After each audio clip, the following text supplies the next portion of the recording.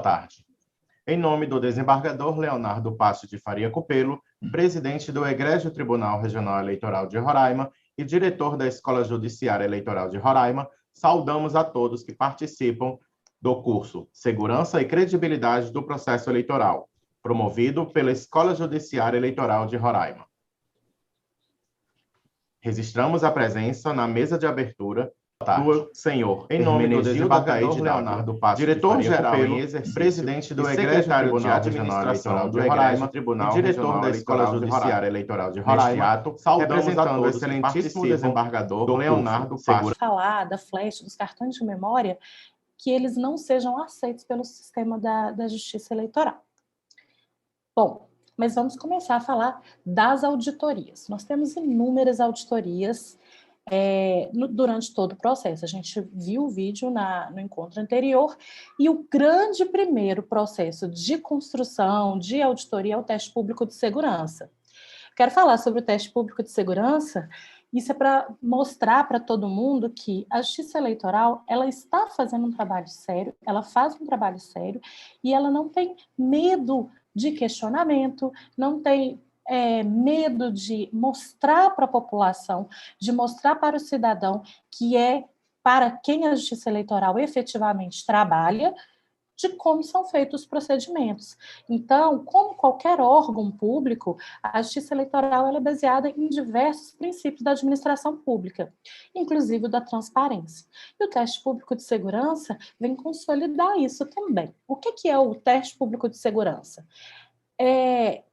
Vão convidar vários especialistas, e esses especialistas, eles podem ser os hackers, as pessoas que são especialistas em informática, os partidos políticos, várias entidades, convênios com a universidade também, as pessoas das universidades que têm um núcleo de informática, todos eles são convidados, as pessoas podem se inscrever. Então, se você tem mais de 18 anos, tem um conhecimento de informática, tem alguns quesitos que já estão previamente definidos, e aqui a gente tem uma norma que estabelece a resolução 23444 de 2015, você pode se inscrever para participar do teste público de segurança.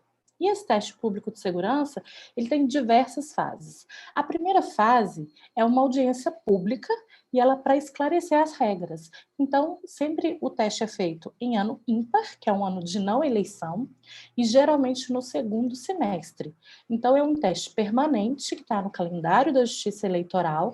Faça, então, uma audiência pública e esclarece a todos como que vai funcionar, quais são as regras do jogo.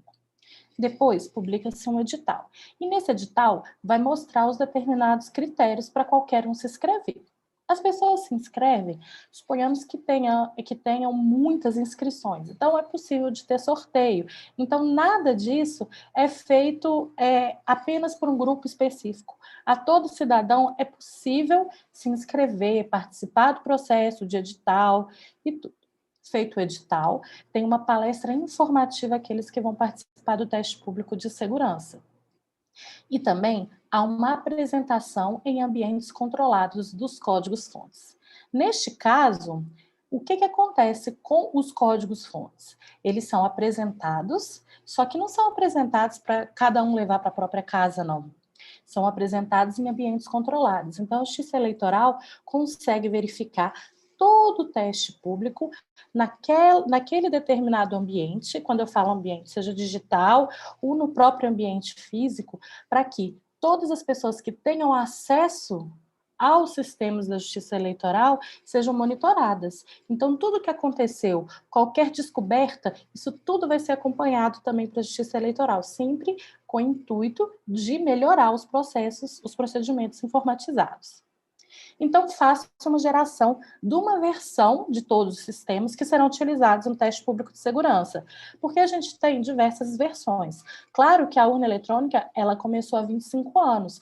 O sistema que foi criado há 25 anos é totalmente diferente do sistema de hoje, porque hoje nós temos mais recursos, nós temos um maior número de eleitores, nós temos um avanço tecnológico muito grande. Então, são 2 décadas e meia de avanços tecnológicos e os sistemas vão evoluindo. A gente tem critérios de segurança, nós temos camadas de segurança muito mais definidas do que no início do processo de votação. Gente, sempre por quê? Porque é necessário. Sempre por quê? Porque a justiça eleitoral está sempre em evolução.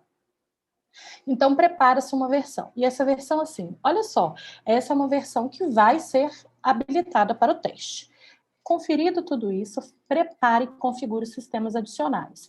E aí, os sistemas adicionais para fazer uma simulação de eleição. Se inscrevem. Então, os técnicos todos, as entidades todas se inscrevem e realizam os testes.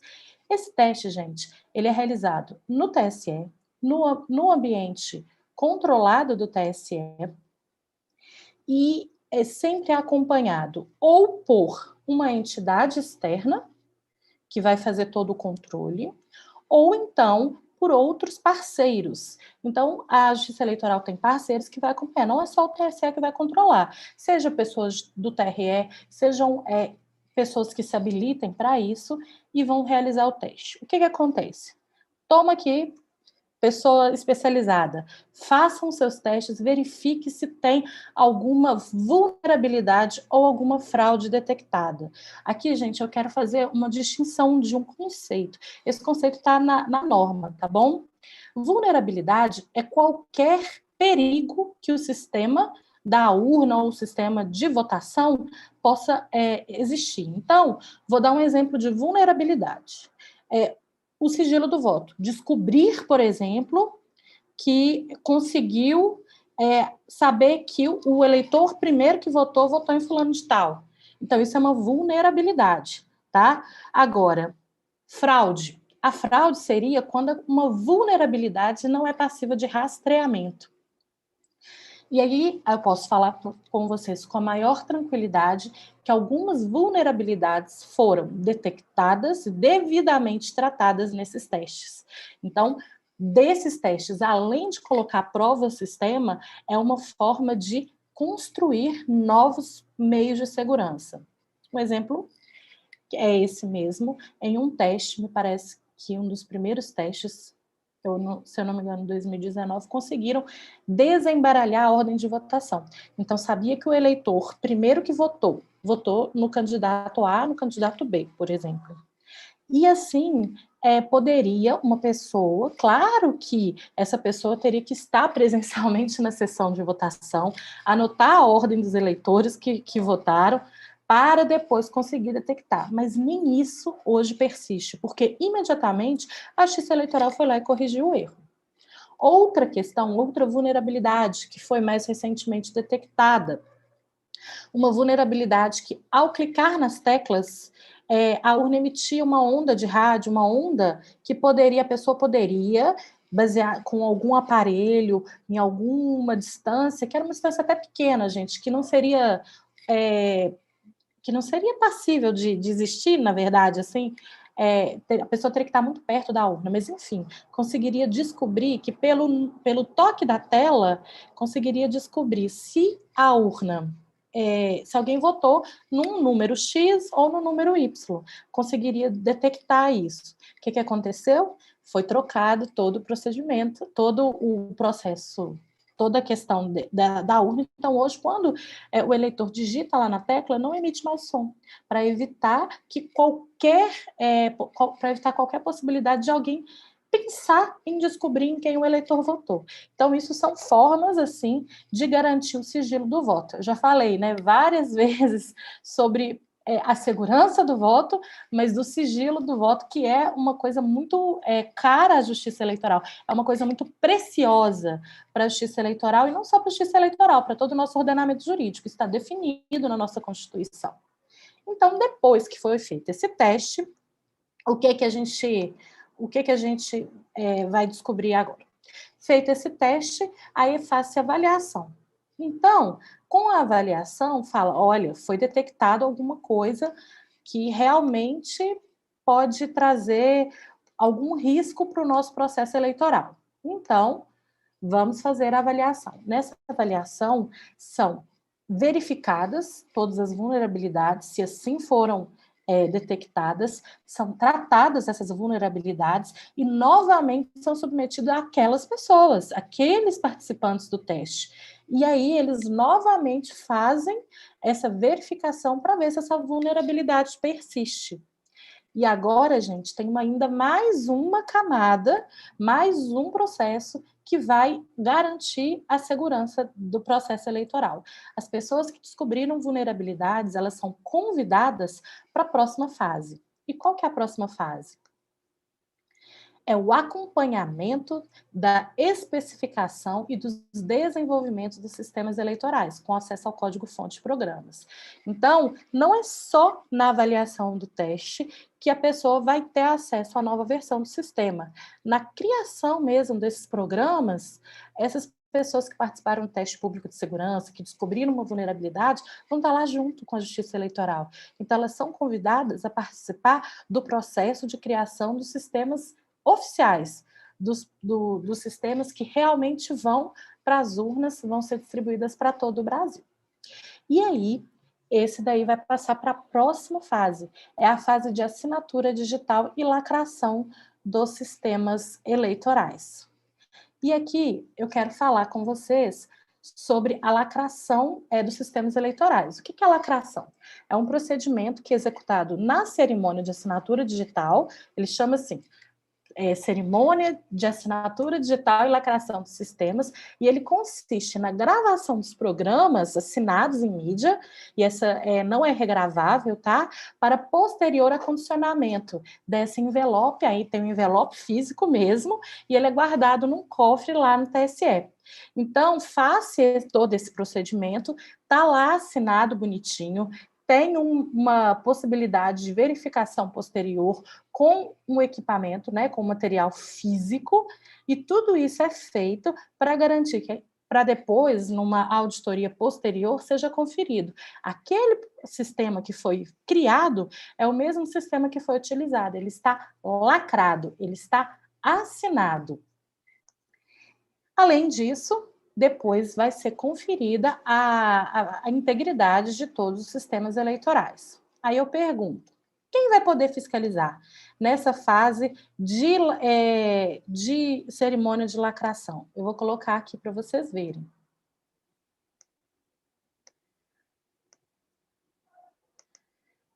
A legislação, ela fala muitas pessoas, ela define muitas pessoas, são elas, partidos políticos e coligações, a OAB, que é a Ordem dos Advogados do Brasil, Ministério Público, o Congresso Nacional, o STF, a Controladoria Geral da União, Polícia Federal, Sociedade Brasileira de Computação, aí tem o Conselho de Engenharia, Agronomia, o CNJ também pode conferir, o Tribunal de Contas da União.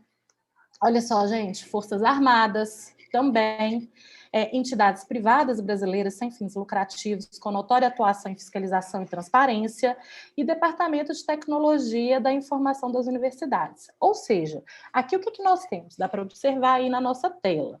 Nós temos, além do Executivo, que aí eu estou falando aqui, vamos pôr aí, olha, da AGU, por exemplo, né? Com a Controladoria Geral da União, a gente tem o Judiciário, tem o STF, a gente tem o Legislativo também, a gente tem o Tribunal de Contas da União, então a gente tem órgãos públicos de todos os poderes, legislativo, executivo, judiciário, todos eles podem fiscalizar.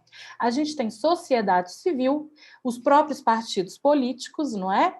Então, assim, OAB, sociedade civil, entidades privadas sem fins lucrativos, nós temos as pessoas da própria academia, né, o Departamento de Tecnologia das universidades, tudo isso a gente pode fiscalizar. Então, o cidadão que quiser fiscalizar, e quando eu falo fiscalizar aqui, não tecnicamente que eu estou falando, e não participou do teste público de segurança, ele pode se valer dentre essas entidades. Gente, Polícia Federal, Forças Armadas, tudo isso tem legitimidade para acompanhar passo a passo todo o nosso processo de segurança da votação.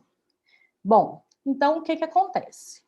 Foi feito o teste deu tudo certo, o que não deu certo foi feito de novo, foi modificado, foi evoluído o sistema, foi criado o nosso sistema de votação, o nosso sistema da Justiça Eleitoral, todos os sistemas, foi assinado, lacrado digitalmente, lacrado os sistemas eleitorais. Então, 20 dias antes das eleições, todos os sistemas e programas de verificação desenvolvidos pelas entidades fiscalizadoras são lacrados também, e aí com convocação dessas entidades. Então, se qualquer uma dessas pessoas, dessas entidades, quiserem fazer uma assinatura e falar assim, eu quero colocar um programa ou uma assinatura no programa que eu possa conferir posteriormente, a fim de que verifique se esse sistema foi o sistema que de fato foi feito, foi disponibilizado o código-fonte.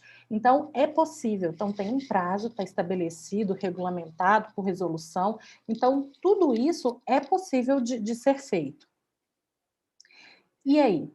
Então, eu tenho todos os sistemas lacrados, assinados com fiscalização. Como que esses sistemas vão chegar na urna eletrônica? Eles vão chegar pela geração de mídia e a carga de urna. A geração de mídia, ele é um processo que ele pode acontecer, e isso vai depender de cada regional, ele vai acontecer ou centralizado no TRS, nos TRS, ou em cada cartório eleitoral. Isso depende da logística. Mas ele é um procedimento que ele é feito em uma audiência pública, então a gente tem uma publicação de edital, tá? E aí a publicação digital vai dizer, hoje vamos gerar mídia, tem que ser 2 dias de antecedência, está tudo regulamentado. O Ministério Público, a OAB, elas são oficiadas para dizer, venham conferir conosco, os partidos políticos são convocados, e aqui partido político é partido, candidato, coligação, né? E qualquer público em geral. Então, você tem dúvida? Você pode conferir junto ao seu regional e verificar se é feito no regional ou se é feito na própria zona eleitoral e pode verificar e pode ver a possibilidade de acompanhar. No ano de 2020, a gente estava no meio de uma pandemia, a gente teve uma forma muito mais ampla de divulgação. Então, algumas dessas gerações de mídia, embora elas sejam acessíveis ao público e tudo que pode fazer, claro que com distanciamento, né, o acompanhamento, algumas foram inclusive transmitidas. Então, isso é possível de acontecer também, tá? Então, verifique no seu regional, verifique na sua zona eleitoral como que faz isso. Isso, geralmente, é feito assim, para a eleição em outubro, é feito em setembro, em meados de setembro. Por que é feito isso depois, lá para a segunda quinzena de setembro? Porque tem que fechar todo o cadastro, né? Fecha o cadastro de eleitor, 150 dias da eleição, fecha aquele cadastro lá dos candidatos, tudo bonitinho, para depois inserir, gerar a mídia que vai ser inserida na urna eletrônica. Então, isso acontece antes da eleição, assim, por volta do mês de setembro. Gente, se a urna se a mídia, geração da mídia não foi encerrada no mesmo dia, todas essas mídias, o que são mídias, gente? Mídias são o pendrive, ou a mídia de resultado, o cartão de memória, eu vou mostrar para vocês daqui a pouco. Todos eles são acondicionados em envelopes lacrados, tá? Então, se não terminar no mesmo dia. Então, é tudo feito com acompanhamento, com juiz eleitoral, tem essa segurança procedimental nessa geração de mídia. Então, faça essa geração de mídia em todo o sistema de forma aberta. Se não terminou no mesmo dia, aí vai acondicionar envelope lacrado e depois faça uma nova geração de mídia, continua no dia seguinte. Ah, Juliana, mas eu não consegui ir, é muito difícil para mim, eu moro no interior e no meu estado as mídias são geradas lá no TRE, lá na capital, o que faz? Você tem a ata, tá? Essa ata, ela vai falar tudo o que aconteceu nessa geração de mídia. Gente, o computador precisou ser reiniciado, quantas mídias foram geradas, qual que é a versão do sistema, o sistema foi conferido e ele é conferido antes, passa uma forma de verificação do sistema e validação desse sistema, tudo isso coloca lá numa ata. Essa ata é assinada pela autoridade designada pelo TRE, pelo juiz eleitoral. Feito isso, a gente passa para o procedimento de carga de urna. Gente, esse procedimento de carga de urna é um procedimento muito bonito de acompanhar.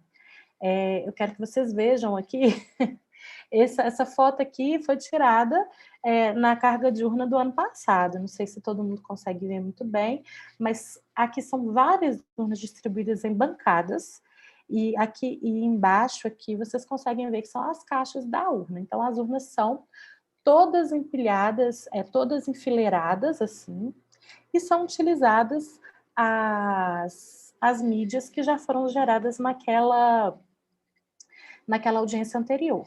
E aí, sobre as mídias, eu quero falar. Certamente vocês estão vendo o meu mouse. Aqui, olha, nessa mídia aqui que eu estou mostrando, essa quadradinha aqui, ela chama flash. É um cartão de memória. E nessa mídia, eu posso gravar duas formas. Se ela pode virar uma flash de carga ou uma flash de votação. E esse outro aqui, que parece um pendrive, se vocês observarem, ele tem a abertura de um pendrive, chama mídia de resultado.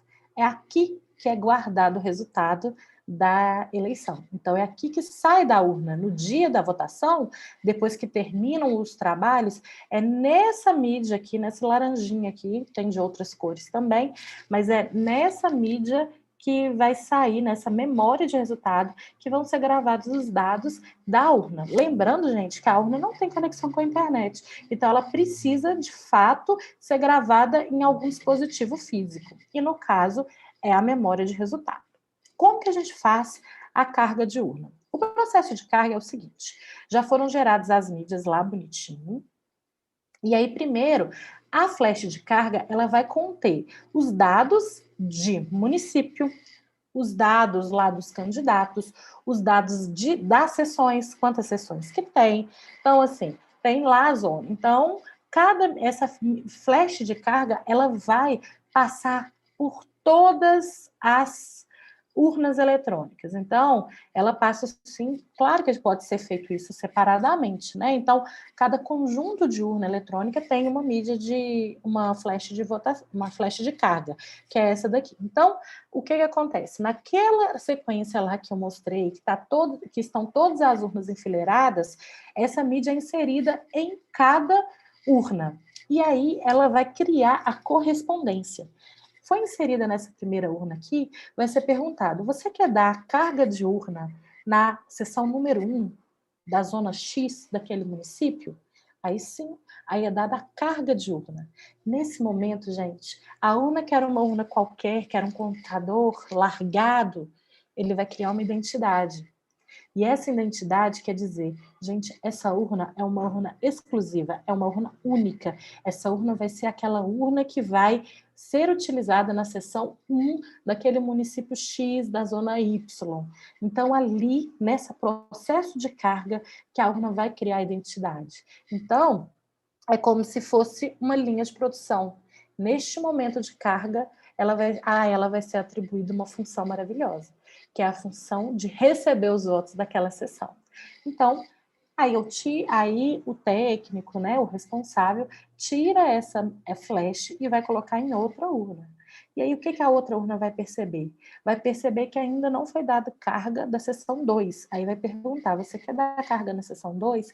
E assim vão fazendo com todas as sessões. Lembrando que nesse processo também são dadas cargas de urna de contingência. São aquelas urnas que podem ser substituídas. Gente, mas você falou que a urna vai ser uma urna única?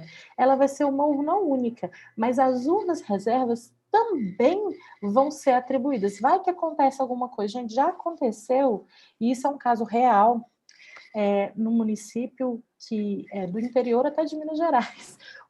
A primeira pessoa que foi votar, ele era candidato. E ele foi super cedo para votar, chegou lá super feliz. Ele tropeçou no cabo que estava solto e caiu e a urna quebrou. No primeiro voto, antes de votar. Logo no início da votação. Então, a urna precisou ser substituída, né? Mas ela vai ser substituída com a correspondência que eu vou falar daqui a pouco. Então, todas as urnas ali são dadas carga de sessão ou carga de contingência. Tudo bem, mas aí não basta só isso. A urna ainda está vazia, não é verdade? Aí, depois que foram dadas as cargas, aí vai ter uma outra flash. Essa flash pode ser bem parecidinha com aquela, só que ela tem outros dados, elas foram geradas como flash de votação, e a mídia de resultado, que também foi gerada lá naquele sistema, naquela audiência anterior de geração de mídia, e aí sim, ela vai ser inserida, inseminada na urna 1 específico. Então, ela está lá na urna de sessão. E é isso que vai acontecer. Cada conjuntinho de flash e de mídia vai ser inserida, vai ser inseminada numa urna diferente. E aí, depois que forem inseminadas nessas urnas, a flash de votação e a mídia de resultado, ela é lacrada, e agora eu não estou falando de lacração digital, eu estou falando de lacração física. Então, tem lacre, e o lacre, ele é assinado pelo juiz, ele é assinado também pelo Ministério Público, ele é assinado pelos partidos políticos que acompanharam, ou por outra entidade que estiver acompanhando esse processo de carga. Então, é possível, sim, a conferência e a lacração física da urna. A urna está lacrada, gente. Se for arrancado esse lacre, ele vai ficar como violado. E esse lacre tem uma numeração. Essa numeração é um jogo de lacre que existe. E essa numeração vai constar lá de um relatório, de um boletinzinho que sai, que chama boletim de carga. E esse boletim de carga, gente, ele vai constar o número desse jogo de lacre, vai constar qual que é a identificação da urna, então é uma assinatura, né, o número da urna, vai constar a seção, o município, a zona, tudo, vai constar ainda um código de correspondência. Lembra que eu falei do código de correspondência? Esse código de correspondência, ele vai ser informado no sistema. Como que ele vai ser informado no sistema? Sabe aquela primeira mídia de carga que passou por todas as urnas? Ela vai ser recebida no sistema de geração de mídia, depois da carga. Então, o sistema vai falar assim, eu gerei uma flash de carga, ela passou pela urna e agora está trazendo essa correspondência. E essa correspondência, e aí eu já estou falando de mais um outro critério de auditabilidade. Essa correspondência, ela vai estar publicada na internet.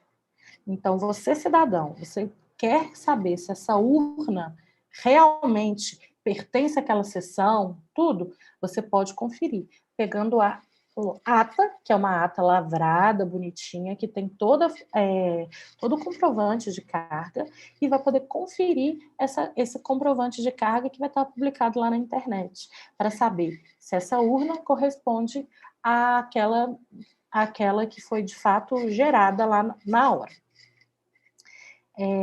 Se a urna que foi dada carga, ela foi recebida no sistema. Então, tem como você conferir. Isso vai ser importante mais tarde, tá? Deixa eu ver aqui, que agora desapareceu aqui a minha carga aqui. Meu PowerPoint. Só um minutinho. Foi feita, então, a carga, né? E aí, gente, eu tenho como auditar durante esse processo de carga? A resposta é sim. Qual que é a auditoria que eu posso fazer nesse momento da carga? E da mídia? Tem o verificador da assinatura digital. Então, antes de gerar a mídia, o sistema vai pedir uma verificação da assinatura digital. É um outro sistema chamado VAD e um outro VAP. É o verificador de autenticação dos programas. Então, vamos verificar, quando eu for gerar a mídia, se eu estou gerando num sistema que é real, que é autêntico e que ele tem a assinatura. Então, tudo isso vai ser conferido. Lembrando que todos os sistemas da Justiça Eleitoral, eles funcionam em cadeia de verificação.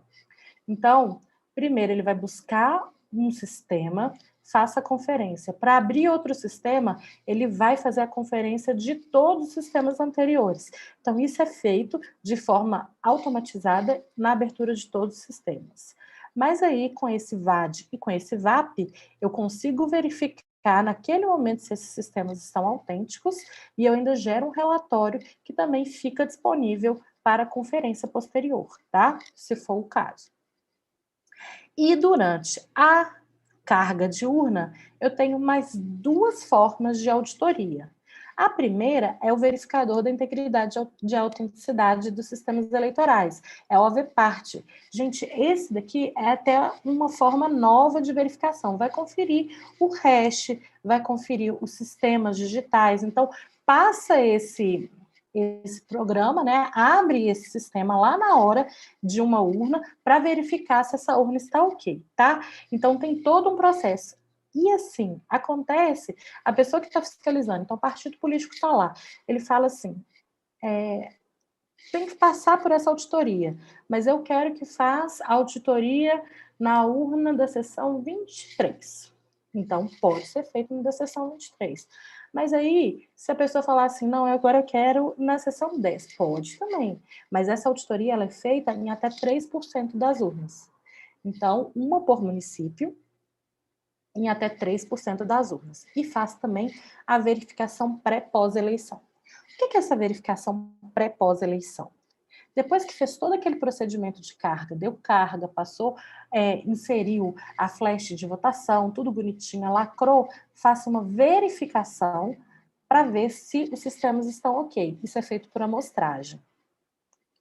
E aí, abre um sistema, e esse sistema, abre o sistema, e esse sistema aqui, ele vai identificar os candidatos, na verificação pós, né? Vai identificar a sessão, vai identificar tudo bonitinho. Então, faz uma simulação de uma eleição antes do dia mesmo. Então, naquela hora da carga, vai fazer. O que acontece? Pega o caderno de votação.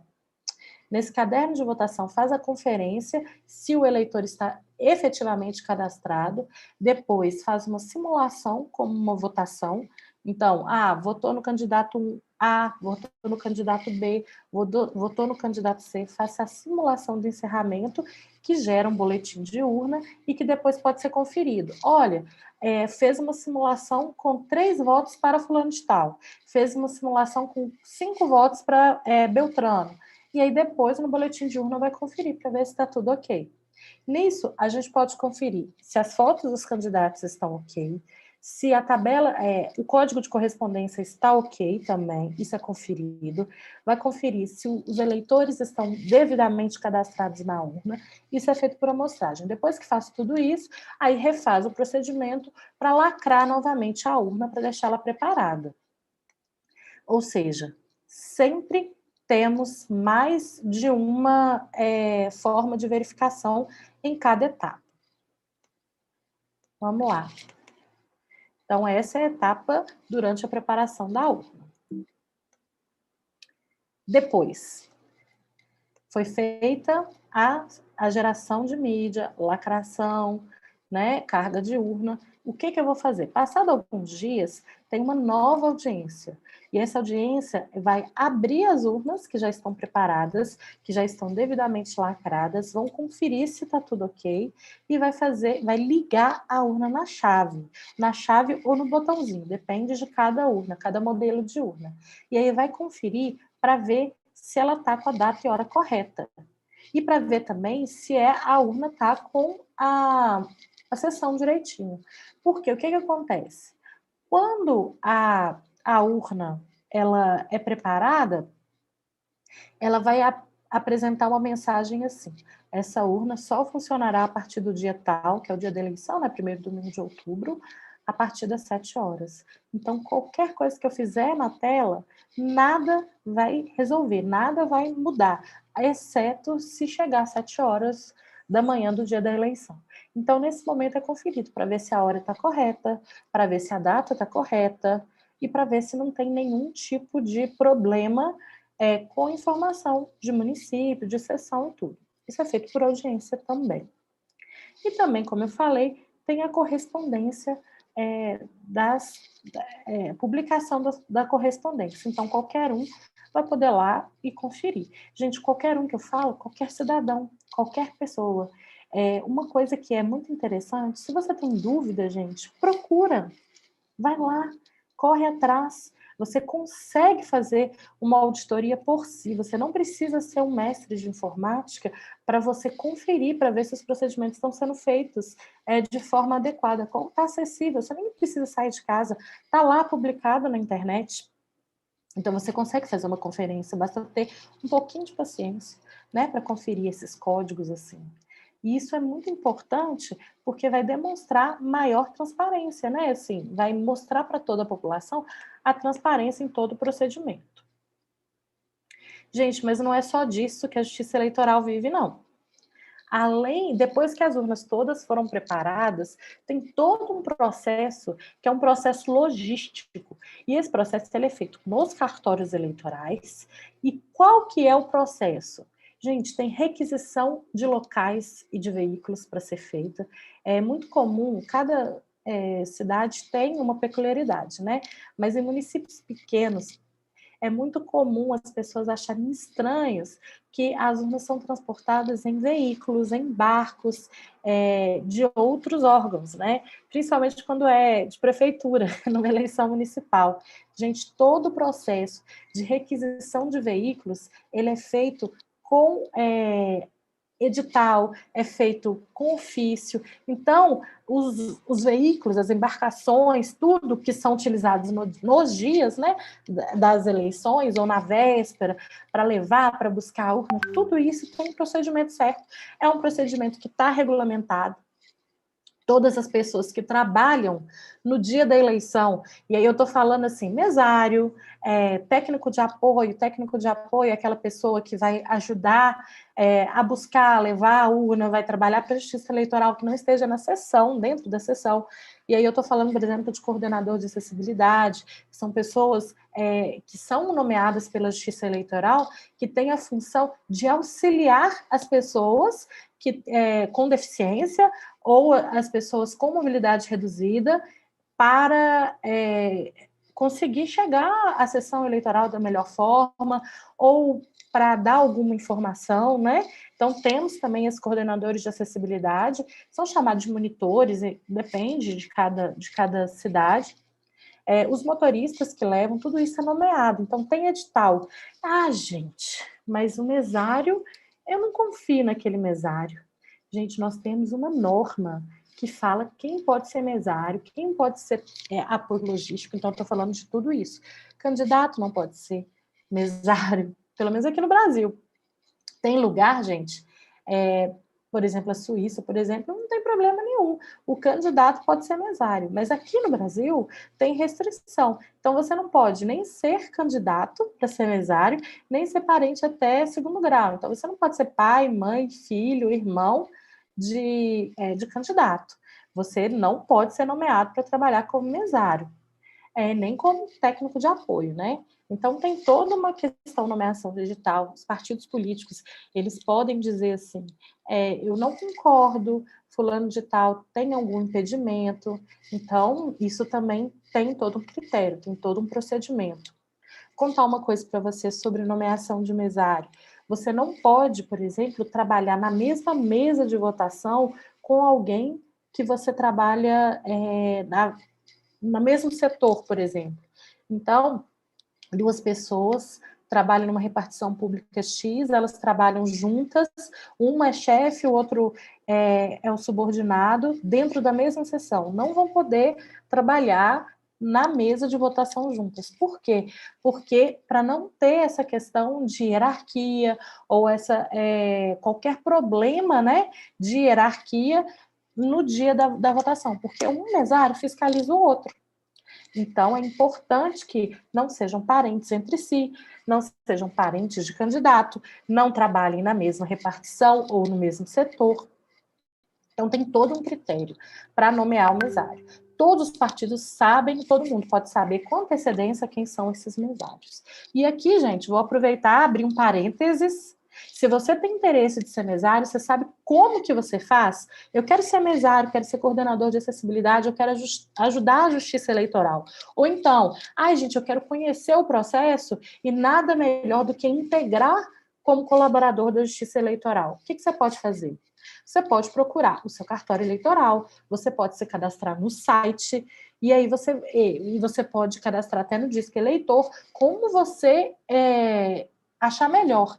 E aí você não sai sem sair de casa, você vai lá, se cadastra, e você já pode integrar os quadros da justiça eleitoral para colaborar no dia. Então, ser mesário. Gente, tem muitos benefícios. Além de você fazer parte desse processo democrático, que é maravilhoso, de você estar vivendo a democracia nos dias mais importantes da vida civil, né?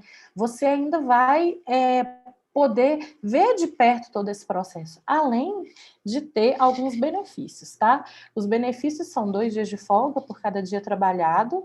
Então, assim, se você trabalha numa empresa, você vai ter 2 dias de folga na empresa. Se você trabalhar na eleição. Então, a cada dia que você trabalhar isso. Você tem um treinamento. Esse treinamento ele pode servir até como hora complementar para uma faculdade. Quem estiver nos assistindo e que precisar de hora complementar na faculdade, nesse treinamento também pode ser possível, né? Computar. E tem 2 dias de folga também pela realização do treinamento. E ainda, se eventualmente, depois de alguns anos, você quiser fazer um serviço, um concurso público, esse trabalho ainda pode te ajudar ainda num critério de desempate, dependendo, claro, se o edital assim constar. Então, tem vários benefícios de ser mesário, mas o maior benefício é participar dessa festa aí democrática aí, desse momento democrático, assim, que, na minha opinião, um dos maiores, uma das maiores manifestações que a gente tem da nossa democracia moderna. Além de poder conferir todo esse processo de segurança, né? Você vai poder verificar se tudo isso que eu estou falando está certo, está lá na prática. Então, vale a pena pensar nisso, tá? E aí, a Justiça Eleitoral convoca todos esses auxiliares, vai requisitar os veículos, vai requisitar os locais de votação. Esses locais de votação, gente, eles vão estar também todos publicados, você consegue acessar no site, tudo bonitinho. Por quê? Se eu quiser passar no dia da votação, no caso de partidos políticos, podem designar fiscais, eles vão saber onde que são os locais de votação, tudo, para onde que vão as urnas, vai estar tudo definido, gente, está tudo publicado. E aí, isso eu estou falando antes da eleição. Agora, na véspera da eleição, está tudo organizado, material separado, mesários e colaboradores convocados, os carros organizados, locais já todos requisitados. Aí agora tem mais outra fase de auditoria. Qual que é a fase de auditoria que a gente faz na véspera da eleição? A gente tem uma emissão de um relatório para a conferência do gerenciamento de totalização. A gente faz a verificação de autenticidade do receptor dos arquivos da urna, do infoarquivo, são todos os programas da Justiça Eleitoral, do transportador e do JE Connect. Então, na véspera de eleição, há uma série de oficialização desses sistemas. Então, uns utilizam senha, outros apenas a emissão de um relatório. Por quê? Porque já está tudo dentro do sistema da Justiça Eleitoral, que já teve a instalação que eu falei, do sistema de instalação segura, está tudo bonitinho. Nesse dia, faz-se a emissão de diversos relatórios, faz uma verificação daquela que eu falei, do VAP, né? Então, verifica a autenticidade, verifica a integridade, verifica a assinatura, tudo isso na véspera da eleição, para ver o seguinte: nossos sistemas estão todos ok para receber os dados que vão chegar da urna eletrônica no dia seguinte. Então, na véspera também é um dia bastante importante, tá? Para verificação do sistema. E aí, no dia da votação, nós vamos contar aí com diversos atores. Os mesários, o apoio logístico, que é aquele que eu falei, dos coordenadores de acessibilidade, os monitores, os administradores de prédio, tem vários nomes, mas são os colaboradores que estão fora da sessão, da polícia e dos fiscais da sessão. Gente, todo mundo participa desse processo democrático, tem um papel. E cada papel é importante. Aquele fiscal de sessão, designado pelo partido, que não pode ter nenhum tipo de propaganda no dia da votação, que fica lá na sessão, pode ser designado até 2 por sessão, mas ficando um de cada vez, né, de cada partido, assim. Ele vai fiscalizar e vai verificar se os mesários estão fazendo o trabalho de acordo com a norma, de acordo com a legislação. Cada mesário, ele vai conferir o trabalho do outro. Então, tem funções definidas, mas tem o presidente lá, que vai orientar os trabalhos. Então, um mesário vai conferir o trabalho do outro. O apoio logístico ele vai ajudar na organização da eleição, ele vai ajudar o eleitor a chegar na sessão dele, a chegar com acessibilidade, com segurança, a obter informação para conseguir acessar a sessão eleitoral. A polícia ela pode ser requisitada para impedir qualquer crime no dia da votação, né? No dia da votação. Então, por exemplo, se alguém estiver tumultuando o local de votação, a polícia vai lá, vai autuar. A polícia também vai atuar no caso de necessidade, por exemplo, de propaganda, boca de urna, tudo isso. Então, a polícia também faz um papel. Sem contar que a Justiça Eleitoral tem vários parceiros, e a polícia é uma delas, assim. A polícia atua em vários lugares, assim como as Forças Armadas, para levar as urnas nos locais, são parcerias, para fazer a guarda dessa urna, para garantir que os mesários cheguem em segurança, tanto no local, né, da apuração, com a urna, com o material. Então, todo ator é importante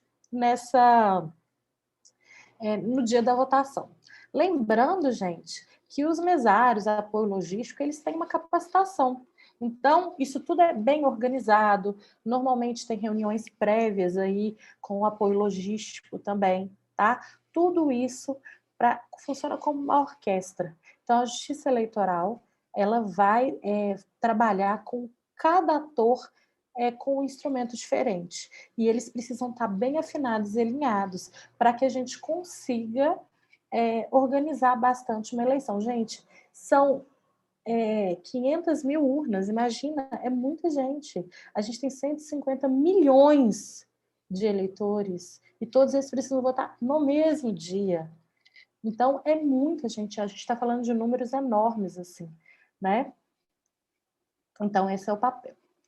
E aí, no dia da votação, não são só esses atores que vão trabalhar, não.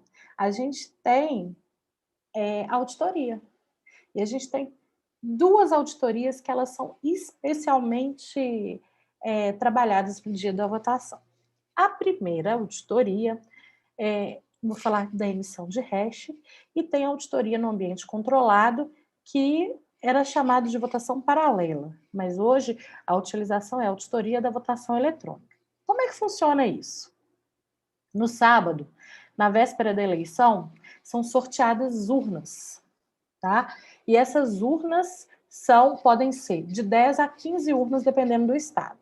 Então, sorteiam-se um número de urnas e essas urnas vão ser escolhidas dentre todas as urnas do estado. Então, tem urna que vai ser da capital, tem urna que vai ser do interior. Então, algumas urnas vão ser escolhidas para a auditoria de hash, emissão de hash, e a outra para a votação no ambiente controlado.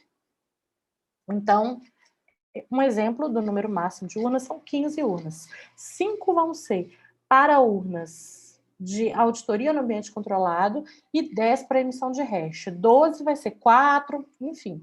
Então, vão ser feitas 4 e 8, por exemplo, né? São feitas esse sorteio. O sorteio é feito no sábado, na véspera da eleição, que também normalmente é transmitido pelo YouTube, mas também é numa audiência pública. Faz esse sorteio, e aí, gente, a urna já está lacrada, reservada, arrumada para ir para votação, né? E aí, o que acontece? Faz o sorteio no TRE, no regional, e aí vai lá e busca uma comissão de votação eletrônica, tá? De auditoria da votação eletrônica, busca aquela urna do jeito que ela tá. Então, faz o sorteio 10 horas da manhã e já vai lá e busca aquela urna, onde ela estiver. E aí, a zona vai preparar uma urna de contingência, aquela que foi preparada na carga, né? Vai preparar uma urna de contingência para fazer a votação normal. Essa urna que foi sorteada, ela vai passar por um rigoroso sistema de auditoria. Então, se for num ambiente controlado, a urna vai passar da seguinte forma. Ela vai... A urna vai ser remetida para o local que vai ser realizada a auditoria, faz o sorteio, manda a urna e prepara a urna substituta. E aí, a urna e as outras urnas vão ser auditadas na própria sessão. Então, num estado com 15 urnas que são sorteadas, 5 vão lá recolhidas e vão fazer no ambiente controlado. E 10 vão ter emissão do relatório de correspondência lá na sessão eleitoral. Então, o juiz eleitoral vai lá, junto com o presidente, com os partidos, presidente da mesa, tá, gente?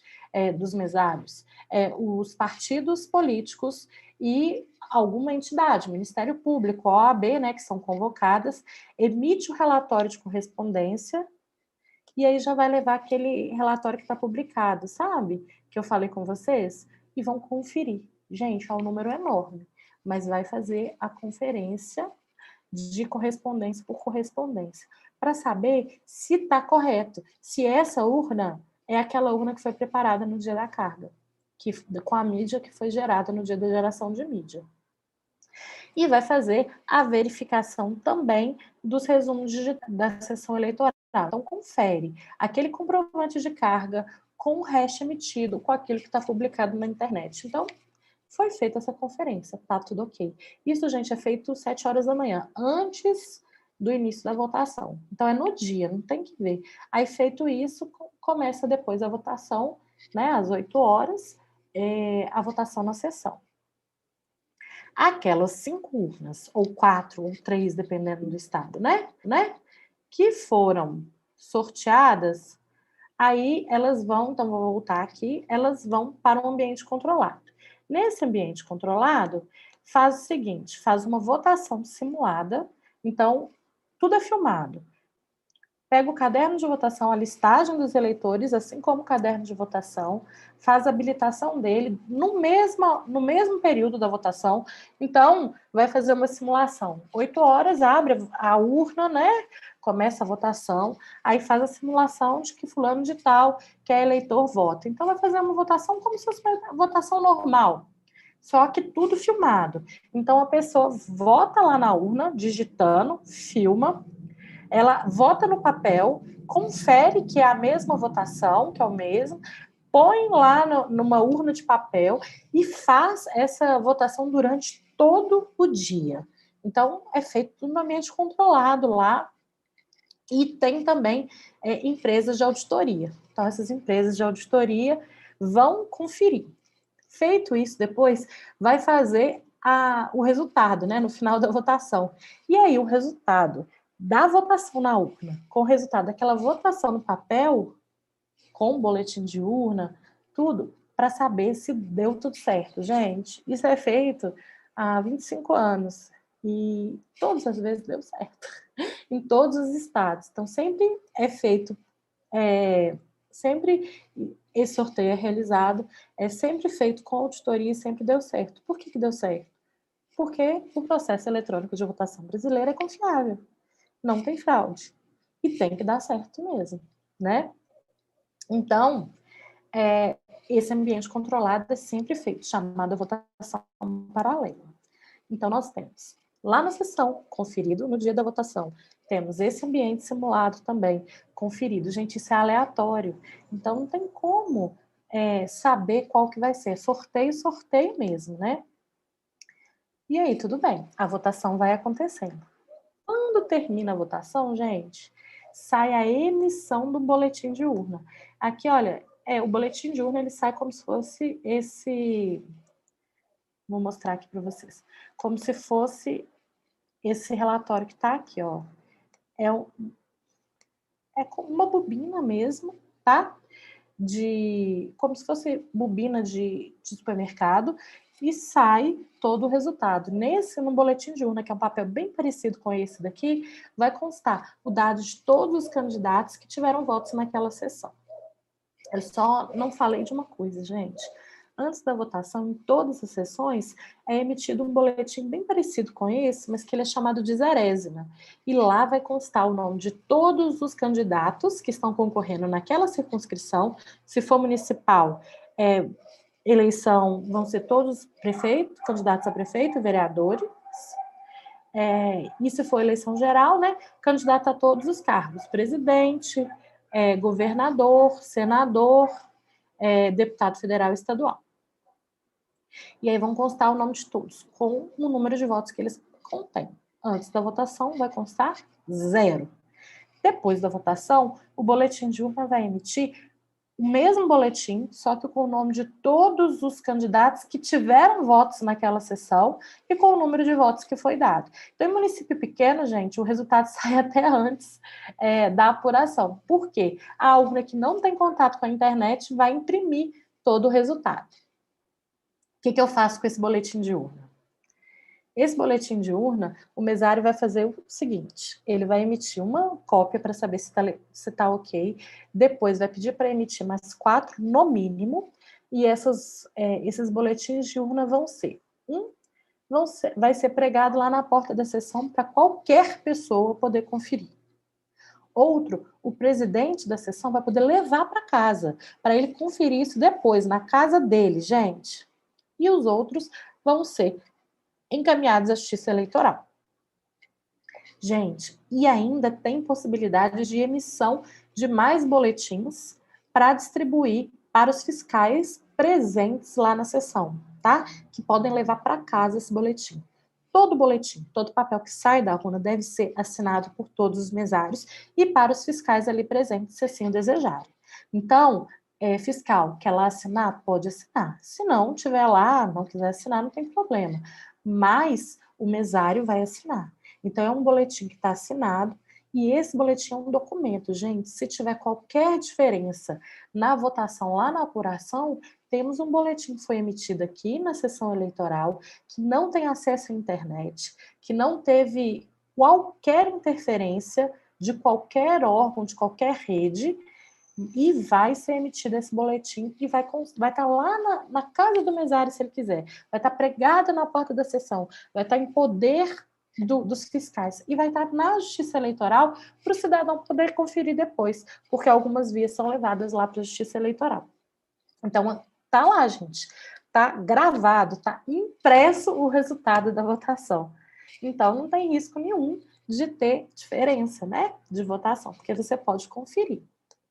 Mas, o que a gente vai fazer? Vamos receber, né? Sabe aquela mídia de resultado? Aquela laranjinha que eu mostrei para vocês? Então, depois que emitir os boletins, vai gravar o resultado naquela mídia. Depois, gente, emite aquela mídia. E aquela mídia vai para a Justiça Eleitoral, para o local de apuração, junto com todo o material. Vai com a urna também. O mesário encaminha junto com a urna. Detalhe, o mesário ele rompe o lacre para tirar a mídia naquele momento, retira a mídia, coloca um lacre de reposição, então a urna vai lacrada também, tá?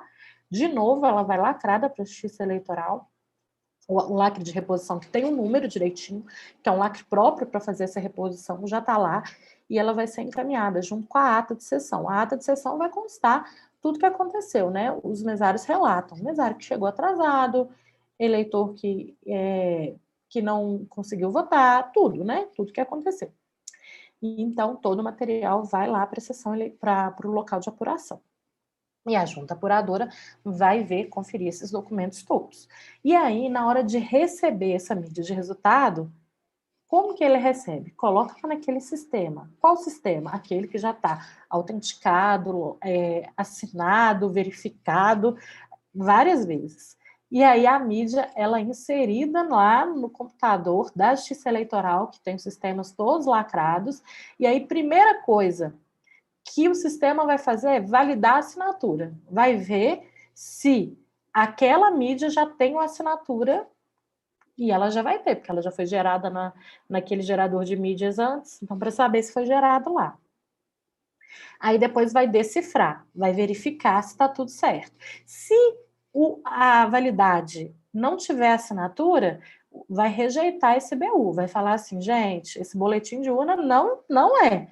Então, se eu chegar lá e quiser colocar um pendrive com um programa que eu desenvolvi, a primeira coisa que vai fazer, tem assinatura? Não tem. Então, rejeitado esse boletim de urna digital. Aí depois vai decifrar. Se deu qualquer problema para saber se não é esse boletim de urna da Justiça Eleitoral, rejeita também. Depois verifica a estrutura para saber se está ok. Porque pode acontecer, gente, da estrutura também desse boletim de urna do pendrive quebrar no meio do caminho. Isso pode acontecer. Tem problema? Não tem. Por quê? Eu consigo recuperar na urna eletrônica o resultado que também está gravado lá, e na pior das hipóteses eu tenho os boletins de urna para conferir, né? Boletim de urna impresso. Verifica a estrutura. Se der qualquer problema desse assim, rejeita o boletim de urna, o sistema não aceita. Aí depois, se verificou a estrutura, é um boletim de urna digital com sistema, tudo bonitinho, verifica a consistência desse boletim de urna. Gente, esse boletim de urna tá ok? Aí, beleza, se tiver qualquer problema, vai rejeitar o boletim de urna. Aí depois vai verificar as pendências. O que são pendências? Pendências é qualquer sinal de alerta. Então, a gente tem umas rejeições, que são assim, esse boletim de urna não existe, e tem pendência. Eu vou dar um exemplo de pendência. Uma pendência muito comum acontece quando você tem uma sessão que tem muita abstenção. Então, tem menos de 65% dos eleitores que estavam aptos a votar não votaram. Pode acontecer isso quando a sessão é muito pequena, de difícil acesso. Então, vamos colocar aí, a gente pode ter sessão aí com 60 eleitores, né? Até 50 é possível, mas vamos dar um exemplo aí de 60. Se apenas 30 pessoas votaram, sendo que as outras se abstiveram, seja porque não quiseram votar, justificaram, não importa, vai dar uma pendência, vai falar assim, o sistema vai falar assim, opa, temos uma pendência. Tá certo esse boletim de urna? Apenas 30 eleitores? Por quê? Isso é um sinal de alerta, porque pode ser que teve um problema na urna e votou, por exemplo, de contingência numa eleição de papel. Então, aí já vai dizer. Então, trata a pendência. Aí, o que acontece? Se deu isso tudo, o que a junta vai fazer? Vai lá no caderno de votação e na ata para verificar quantos eleitores votaram. Então, consegue verificar. Ah, gente, lá no caderno de votação está constando aqui que realmente não compareceram 30 pessoas, porque os mesários fazem essa anotação. Eu, na ata, também tem o número de eleitores que votaram, porque aparece lá na urna bonitinho. Na hora da votação, não, tá certo. Aí vai tratar a pendência e aí sim vai ser disponibilizado a informação no boletim digital. E aí, depois disso, é feito a gravação. Essa é a apuração.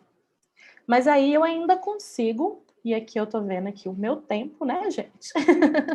Eu consigo ainda fazer auditorias posteriores. Eu posso verificar o registro digital do voto. O registro digital do voto, ele foi implementado a fim de que fosse possível a conferência posterior, por meio de auditoria, de cada votação, de cada voto que foi inserido na urna. Então, é possível conferir digitalmente se está tudo certo, assim. E nós ainda temos a auditoria da urna por amostragem. Então, depois da eleição, isso já aconteceu, tá?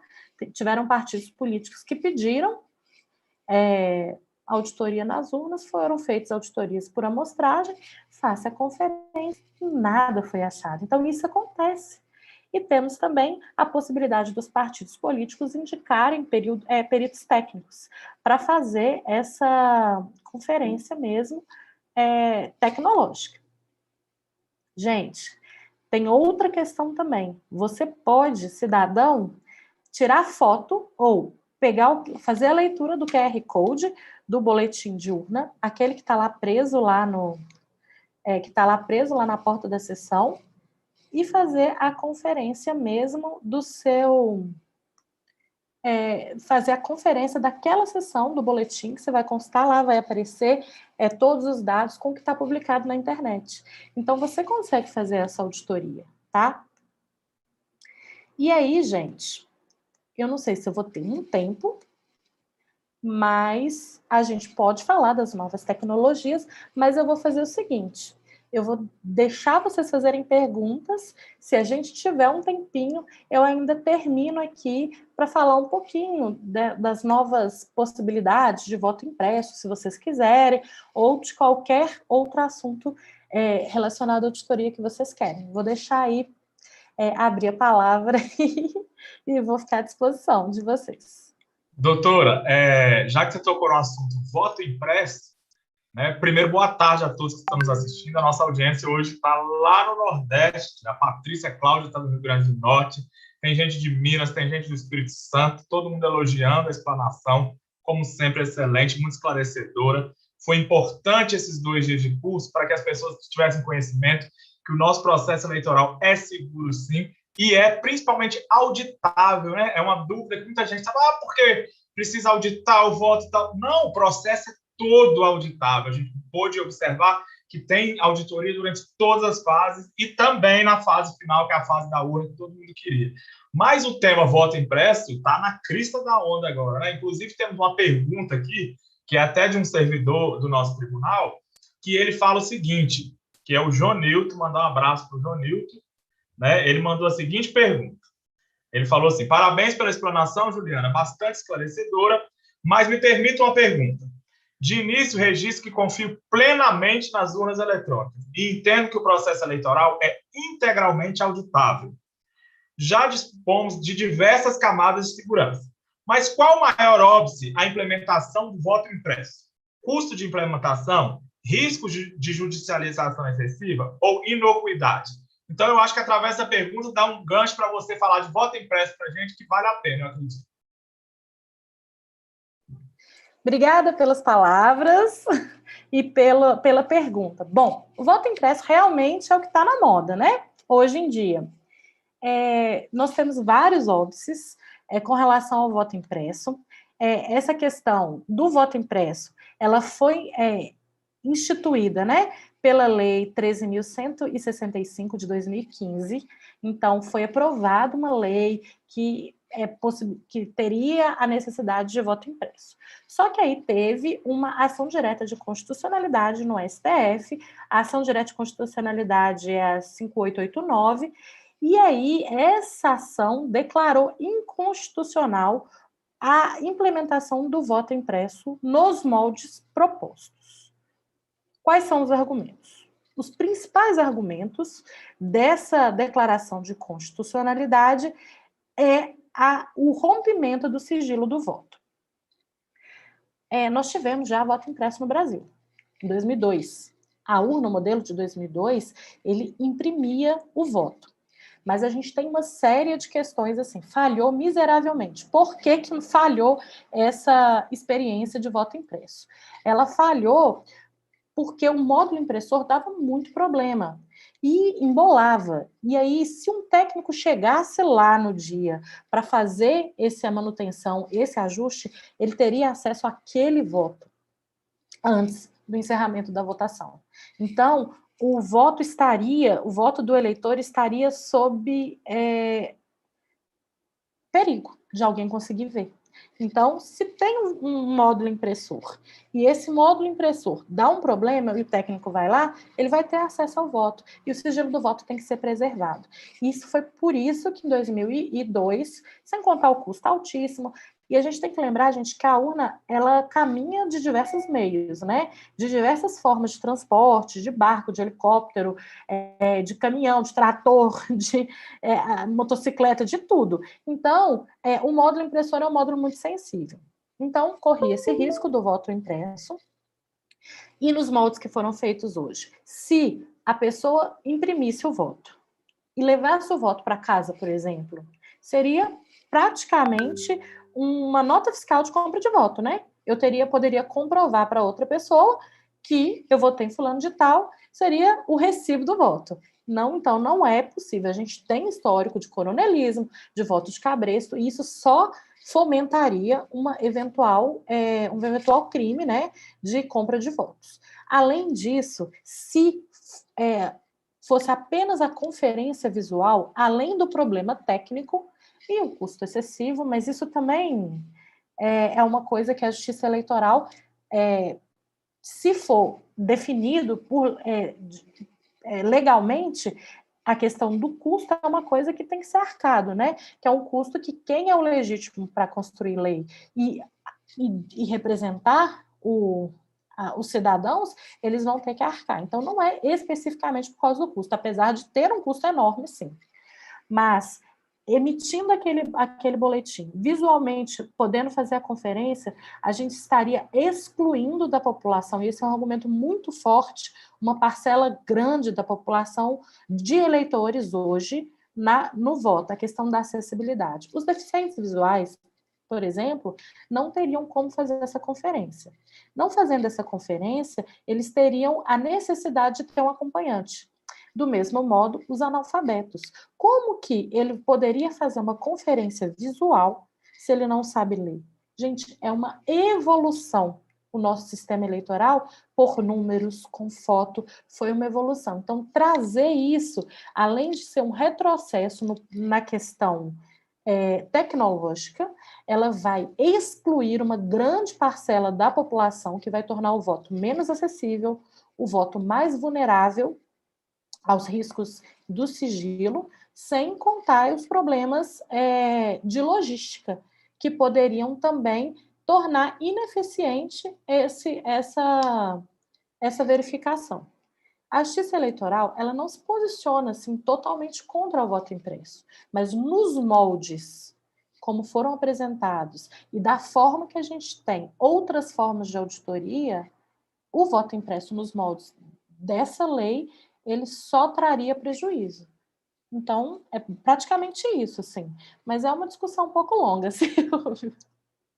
Mas eu achei excelente a explicação.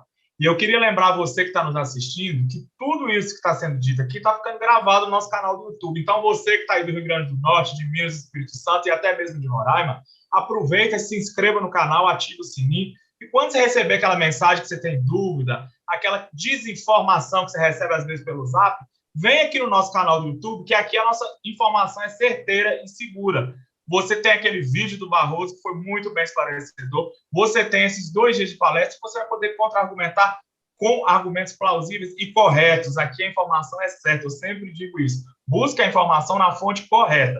Igual a Juliana falou, nós da Justiça Eleitoral não somos totalmente contra voto impresso ou não. A nossa questão não é essa. O que a gente quer defender é o quê? A lisura do nosso processo e dizer que o nosso processo é seguro, é 100% seguro, é auditável. E até hoje, em 25 anos de urna, nunca teve nem uma fraude comprovada. Sabe o que é isso? Nenhuma. Zero. Então, não vem com blá, blá, blá, aconteceu isso. Não tem nada comprovado em 25 anos. Então, é sério o que a gente está falando aqui. Pode ser discutido, tem que ser discutido, porque isso faz parte da democracia. Mas vem no lugar certo buscar a informação na fonte correta. Yara Calheiros, manda uma pergunta aí para a doutora Juliana, porque o voto impresso pega fogo aqui agora, né? É verdade. O voto impresso, eu acho que é uma unanimidade na questão de vários posicionamentos. O que a doutora Juliana falou é muito interessante, porque a gente sempre escuta o comentário, pelo menos a gente que trabalha na Justiça Eleitoral, de que a gente só trabalha de 2 em 2 anos. E não é verdade, gente. Fazer uma eleição dá muito trabalho. Tem que escolher mesário, tem que visitar os locais, tem a questão das urnas. Cadastrar o eleitor, né? Igual a doutora ensinou, o raio lá. Isso tal, mesmo. Né? Ela falou brilhantemente, tem eleitor que desiste, tem mesário que desiste, tem que substituir, tem treinamento de mesário, tem muitas coisas. E uma pergunta aqui que a gente respondeu, que a gente recebeu em relação à utilização das urnas eletrônicas é que, por que outros países não utilizam urna? E as urnas são fabricadas na Venezuela? Yara, essas perguntas são perguntas bem recorrentes mesmo, assim. Olha, vários países utilizam urnas eletrônicas vários países utilizam um sistema eletrônico de votação, pelo menos em alguma medida. Então, nós temos mais de 30 países que utilizam a votação, ou seja, por máquina de votar, que é a nossa urna eletrônica, ou uma urna eletrônica específica, ou a questão da apuração. Então, a gente tem várias formas de votação. No Brasil, a gente tem um sistema de votação muito complexo, muito seguro, por causa das nossas necessidades, nossas dimensões continentais, e a nossa urna foi criada para a gente. Então, a gente tem máquinas de votar em diversos países, não só no Brasil, mas a nossa urna é nossa. Ela é criada aqui, é bem tupiniquim. Ela é, inclusive, ela é construída aqui no Brasil, não é na Venezuela. Isso é mais um pouquinho de desinformação. A Smartmatic, que é uma empresa, e aí eu vou falar por quê. Porque a gente tem vários tipos de desinformação, né? Tem a notícia falsa, tem a notícia descontextualizada também. Então, no caso da Venezuela, talvez seja um pouquinho de uma notícia descontextualizada. Smartmatic foi uma empresa da Venezuela que ela concorreu, de fato, na licitação para alguns componentes, mas ela foi até desclassificada. A urna, ela é fabricada no Brasil, tem uma fábrica em Santa Rita do Sapucaí, em Minas Gerais, inclusive, que ela é feita, o hardware é todo feito, e ela é feita para a gente. Para desenvolver a urna, gente, foi pensado no público brasileiro. Ela tinha que ser economicamente viável, então barata, né? Ela tinha que ser leve, no sentido... Ela é até bem pesadinha, assim, é um computador robusto, né? Mas ela é leve, assim, qualquer pessoa consegue carregar, até 2 urnas, assim, mas porque ela tem que ser transportada em todos os lugares. Como eu falei, até por rio, por ar, por todos os lugares. Então, ela precisa ter essa possibilidade de existir, de estar até em aldeias indígenas, local sem energia elétrica. Então, ela tem essa possibilidade. Ela foi desenvolvida para isso. E então, ela tem que ser barata, ela tem que ser leve, ela tem que ser acessível. Gente, a nossa urna é muito acessível. Ela foi criada para o nosso público. E é criada aqui no Brasil. Acho que é isso, respondido. Doutora, me permite uma parte aqui, Yara. Eu até escrevi um artigo sobre isso, que eu intitulei como Síndrome de Colonizado. O brasileiro não acredita quando ele faz uma coisa boa assim. Gente, vem comigo aqui. Acredite, a nossa urna eletrônica é top, é a melhor do mundo. Dá para entender isso? Você que, assim como eu, tem tanto orgulho de ser patriota, que bate no peito para ser patriota, acredite que aqui nós temos o melhor sistema eleitoral. Hoje nós somos exemplo para o mundo. O mundo inteiro assiste nossas eleições. E a nossa urna é a melhor do mundo, sim. Então, isso dá muito orgulho para a gente. Principalmente a gente que é da Justiça Eleitoral, né, Yara? Que a gente faz a eleição acontecer, na verdade. Então, para a gente, isso é um prazer enorme, a gente ter certeza dessa segurança. A gente carrega urna, doutora, aqui nas comunidades indígenas. Esses exemplos que você deu aqui em Roraima é muito comum. A gente vai pelo rio, vai pelo ar. Na minha zona tem 6 comunidades indígenas, para você ter ideia. Então, a gente tem certeza do que a gente está falando. A gente trabalha com isso, a gente tem um orgulho enorme de trabalhar com isso e tem orgulho de ter a melhor urna do mundo, o melhor sistema de eleição do mundo. Então, para com essa síndrome de que brasileiro, nada do Brasil presta. É 100% brasileira e nós somos os melhores. Não é isso, Yara? Vou aproveitar o gancho aqui. Eu me empolgo, né? É porque eu me empolgo. Né? Eu sou apaixonado por justiça eleitoral. Muita gente me pergunta assim, por que você não fez outro concurso? Faz outro concurso. Eu amo a justiça eleitoral. Meu sonho era trabalhar na justiça eleitoral. Foi o concurso que eu escolhi. Não é porque, não passei em outro concurso, não. Eu sempre quis ser do TRE. E um dos motivos é esse. O nosso sistema eleitoral é perfeito, tá? Olha aqui essa pergunta que tem a ver com o servidor. Como o TSE controla e fiscaliza possíveis violações por pessoas que trabalham para a justiça eleitoral? Aí está falando de servidores. Será que o servidor não pode dar uma mexidinha ali? É isso que eles estão querendo perguntar. Como é que o TSE controla isso, doutora? Então, Silvio, você como servidor, Yara também como servidor, eu como servidora, sabemos que todos os sistemas, tem uma cadeia de verificação. Toda vez que a gente acessa um sistema, ele é conferido passo a passo. Então, um sistema vai conferindo o outro, tudo está registrado também, a gente tem log também. Tudo que a gente faz no sistema de justiça eleitoral tem o nosso título. Então, qualquer coisa que você mexa, qualquer informação vai estar registrada. E a gente não tem acesso, na verdade, a fazer modificações nos sistemas. Lembra que eu falei que os sistemas de justiça eleitoral são lacrados e assinados digitalmente? Então, os sistemas eleitorais já estão lá, está no cofre no TSE. Então, ainda que uma pessoa da justiça eleitoral que não seja tão apaixonada quanto o Silvio, quanto eu, e acredito que Yara também, porque os servidores da justiça eleitoral, no geral, são muito apaixonados, e que tenha má fé, qualquer pessoa, ainda que queira, não vai conseguir, porque os sistemas são todos lacrados, assinados digitalmente. E a todo momento e a cada etapa, essa assinatura e autenticidade é conferida. Então, por causa de conferência, está tudo publicado lá, não tem certo. Como. Eu costumo fazer uma analogia, doutora, bem simplória para as pessoas entenderem. Eu falei, gente, vocês gostam de Big Brother, né? Reality show? Sabe o que é monitorado 24 horas? Nós, servidores de justiça eleitoral, estamos monitorados 24 horas. Igual a doutora Juliana falou, nada que a gente faça, a gente não está sendo controlado. Então, a gente é controlado o tempo inteiro. A gente não consegue mudar nada. Igual ela falou, a gente recebe já tudo lacrado. Então, se você tem dúvida disso ainda, dá uma voltada no vídeo do YouTube, que ela explicou muito bem isso lá atrás. Mas a gente não consegue alterar nada. E nem tampouco os mesários que trabalham no dia, nem o pessoal que ajuda a gente também, de outras instituições, que no dia das eleições tem muita gente que ajuda a gente. Ninguém consegue fazer isso, ok? Yara, a gente recebeu mais uma pergunta aí no chat, passa para a doutora aí. Uma pergunta até bem interessante. Juliana, por que o TSE não fiscaliza os candidatos eleitos? Yara, porque a Justiça Eleitoral ela tem a competência até a diplomação e tem também a competência de analisar as prestações de contas de partidos e candidatos. Então, depois da diplomação e com a análise das prestações de conta, acabou a competência da Justiça Eleitoral. A Justiça Eleitoral ela vai atuar até aqui. A fiscalização dos candidatos eleitos, elas podem ser feitas diretamente pelos cidadãos. Tem os outros órgãos também de controle, né?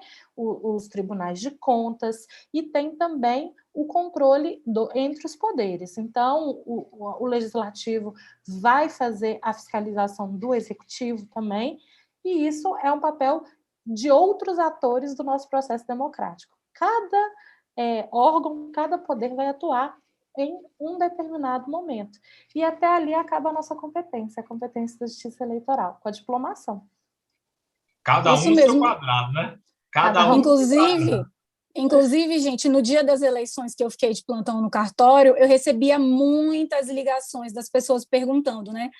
Eu quero ligar para fazer uma denúncia, E a gente sempre encaminhava o número do Ministério Público, que é o responsável, né, pela apuração das denúncias e tudo isso.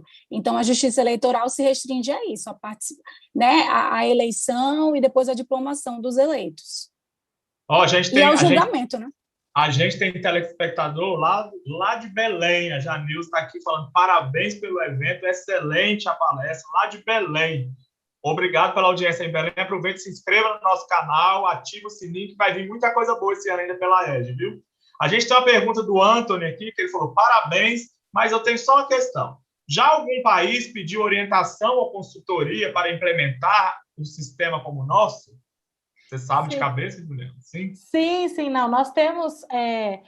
o Brasil, ele exporta muito, assim, a África do Sul, eu sei que já...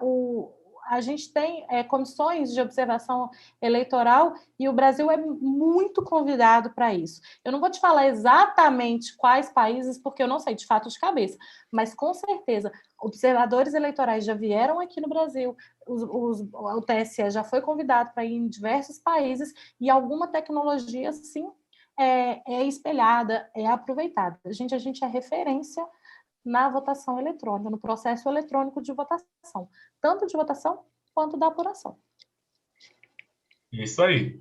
Yara, você tem mais alguma pergunta? Que a gente já tem que liberar a Juliana pelo horário aqui, né? Senão a gente ficava com ela a noite toda aqui, né? Batendo papo, né? Com o maior prazer. Porque mineiro é bom de papo, né? Mineiro é bom de papo, né? Se tiver um cafezinho, então a gente vira a noite. Yara, mais alguma pergunta aí ou a gente já pode liberar a Juliana? Já podemos liberar. Já podemos liberar a Juliana? Então, Juliana, em nome da EGE, do TRE de Roraima, mais uma vez a gente agradece pela forma com que você conseguiu explanar esse tema. É um tema pesado, né? Até porque você falou de todo o processo. É um tema que está na moda agora. A gente acha importante fazer esse tipo de evento para que as pessoas tenham acesso ao conhecimento e à informação correta. E no Brasil não vejo outra pessoa melhor do que você para passar isso para a gente. Então, para a gente foi uma honra muito grande mesmo. A gente é seu fã, além de ser seu colega, a gente é seu fã. Então, em nome da EGE, em nome do TRE, a gente agradece a participação. E agradeço a todos vocês que estão em casa, nos assistindo, nos prestigiaram. O link do certificado está aí embaixo. Quem assistiu os 2 dias consegue entrar, vai receber por e-mail esse certificado. E se você não se inscreveu mais uma vez, se inscreva no nosso canal, ative o sininho, que vai ter muita programação feita pela EGE esse ano. Juliana, palavras finais para você. Eu que agradeço, e a honra é toda minha poder falar para as pessoas sobre um processo que realmente é uma paixão, que a Justiça Eleitoral trabalha seriamente, com transparência. Eu agradeço imensamente a EGE de Roraima, o TRE de Roraima, e por essa oportunidade, estou sempre à disposição e fico muito lisonjeada com os elogios, e somos parceiros sempre. Muito obrigada a todos e a todas. Yara, palavras finais aí, vamos encerrar. Isso, só agradecer, foi uma honra também, doutora Juliana, muito esclarecedor, acredito que tocou nos pontos principais de dúvida, né, dos eleitores, e até a próxima oportunidade. Então, até logo, gente. Quando isso tudo passar, eu te espero aqui em Roraima, hein, Juliana? Ao vivo, para conhecer a nossa paçoca, tá bom? Com prazer. Até a próxima. Obrigada, tchau.